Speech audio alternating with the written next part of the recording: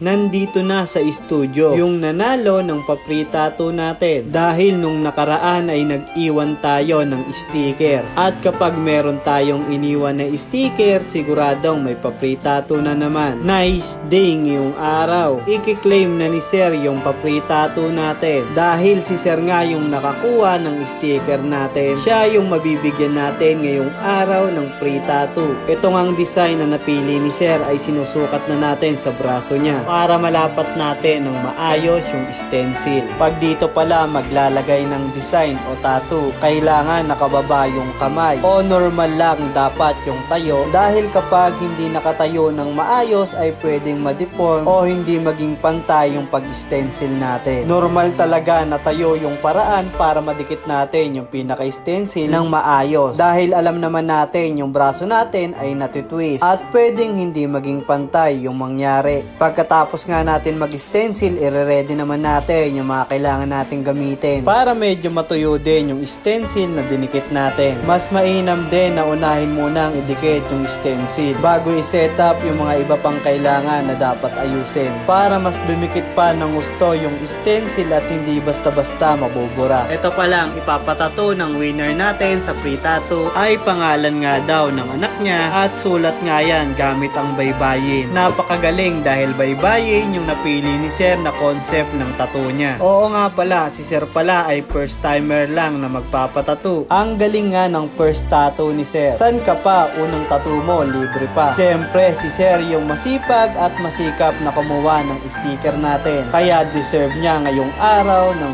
free tattoo. Kahit nga maulan nung mga oras na yon, talagang pinuntahan ni Sir para lang makuha yung sticker. Galing pa nga daw siya ng monumento nung mga oras na yon. Kahit medyo hindi maganda yung panahon dahil maulan-ulan, talagang pinuntahan niya. At ang akala pa nga daw niya ay nakuha na ng iba dahil pagtingin niya dun sa pinaglagyan natin ng sticker ay wala na daw. Buti na nga lang din daw ay dinouble check niya at pagkatingin nga daw niya sa bandang baba at nandun pa. Buti na lang ay tinignan niya ng mabuti dahil kung hindi baka ikaw na yung nakakuha nun. Kaya din pala mabilis ni Sir napuntahan yung sticker natin dahil nakasubaybay siya at nakita niya yung paglapag natin ng sticker. Agad-agad niyang nakita at agad-agad ding pinuntahan. Sa pagkuha talaga ng sticker ay swertihan lang. Marami na nga humahunting sa sticker natin. Pero syempre gaya pa rin ng normal na buhay, pwede nating hindi makuha at pwede naman nating makuha. Kailangan lang talaga natin subukan o itry yung mga bagay-bagay. Hindi lang naman sa pagkuha ng sticker, kahit sa normal na pamumuhay sa araw-araw. Kailangan natin sumubok, baka nga pala rin. Nakakatuwa nga din tong si Sir dahil natanong ko nga itong ipapatato niya. Pangalan nga daw yan ng anak niya at 7 years old na nga kung hindi ako nagkakamali. Medyo bata pa si Sir at ang nakakatawa dahil na-survive niya yung pamilya na meron siya ngayon dahil medyo bata pa nga si Sir nung nagkaanak. 16 years old yung pagkakarinig ko, kaya nakakatawa dahil bata pa siya noon at hanggang ngayon yung pamilya na nabuo niya nung medyo bata pa siya ay nagampanan niya o naging buo pa rin sila. Yung karamihan kasi na nangyayari ay hiwalayan talaga, lalo na kapag medyo bata pa na nagbuo ng pamilya dahil may kanya-kanyang hilig at gusto pang gawin sa buhay. Hindi kayang gampanan yung responsibilidad dahil mas nangingibabaw yung pagiging bata o hindi pa handa sa responsibilidad o ang gusto lang ay magsaya o mag-enjoy. Kaya believe talaga ako sa mga taong ginagampanan yung mga bagay na dapat talagang gampanan. Kaya saludo sa mga nagsusumikap at ginagampanan lahat ng responsibilidad. Ganun naman talaga. Magpatuloy at magsumikap at magiging okay din yung lahat. Eto na nga, tapos na rin pala tayo. Makikita na natin yung kinalabasan sa free tattoo ni Sir. Ito nga yung first tattoo ni Sir. Sa hindi inaasahan, nagkatattoo si Sir ng libre. At kung isa ka rin sa nag-aabang ng sticker at pa-free tattoo natin, kung napanood mo to, pwede mo ring i-comment yung lugar mo. Baka sakaling makapunta ako dyan at makapag-iwan ng sticker. At ito na nga yung kinalabasan sa ginawa nating tattoo kay Sir.